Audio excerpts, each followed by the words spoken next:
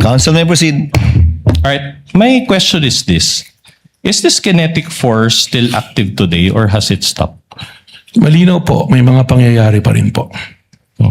And should we really stop this kinetic force or just allow it until 2028? Hindi ko po, pakiulit po. Anyway, I'll withdraw that question. Just move on to a different question. Is this kinetic force a legal concept? Ito po ay konteksto sa base sa aming investigasyon. Again, ibabalik ko po ron sa aming 5 naging patayan na ginagamit din po ng ibang jurisdiction para makapag-establish po ng isang threat para sa isang national threat assessment. Again, just a manifestation that it's not responsive, but I'll just move on to a different point. Your Honor, please. What is the pleasure of the lead counsel? The defense is making a side comment to the answer of the witness. Can we please remind him to avoid making side comment as previously invoked by the impeachment court? Then Your I Honor? will raise another motion, Your Honor, that the witness's answer is not responsive. Counsels, let this not be a debate between and amongst the two parties. Let the witness answer and give his testimony. Counsel, you may proceed. All right. Was the Rage Coalition event a political rally? Palagay ko po, sapagkat ang nandoon po ng mga political party po ng PDP Laban at yung pong reforma na pinamumunuan po ng dating Speaker Bebot Alvarez. All right. And as a lawyer and as a former dean ba, director or current dean? Former All po. right. So as a nag-resign na po lawyer ako. and a former dean, you are aware that political speech is constitutionally protected, correct? Depende po kung anong talumpati. You have to qualify. And unless we are under martial law again, Mayor Baste should be able to freely express his dissent to the government. Your Honor, that is speculative. Let the witness answer. He is competent to answer that question. Unang-una, tama naman po kayo, wala namang martial law ngayon at pwede naman pong magsalita. But the freedom of expression has limitation also. Kung ito po ay nagbabiolate na ng batas at nakakasama na sa ating bayan, ay hindi naman po ito kasama na sa freedom of expression. All right.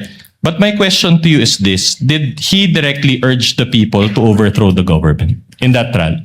Ang sinabi po niya, base sa aking testimonya, ay isang ulo lang ang gusto namin, ang ulo ni Bongbong Marcos. At kung matatandaan po ninyo, ay correlated it dun sa mga dati pang mga pangyayari. Hindi lang po yung event at sinabi na yun ang aming nagbasehan base sa aming pamantayan po sa pag-assess po ng banta o ng threat po. But that was your own interpretation of what That happened. is not only my interpretation, but is the interpretation of the new National Bureau of Investigation based on the standards that we follow, consistent to the standards All right. that we are following. Is it your interpretation that those also demonstrate destabilization efforts?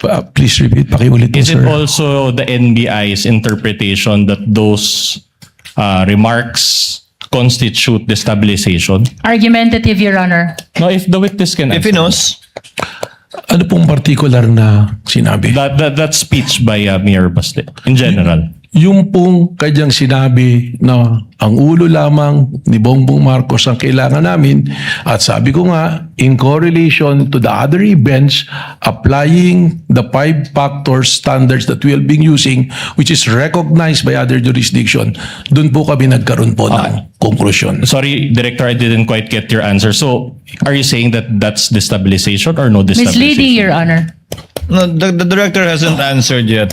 He cited the basis, but cut short of answering the question. So, is it based on the 5 pillars of your investigation, Director?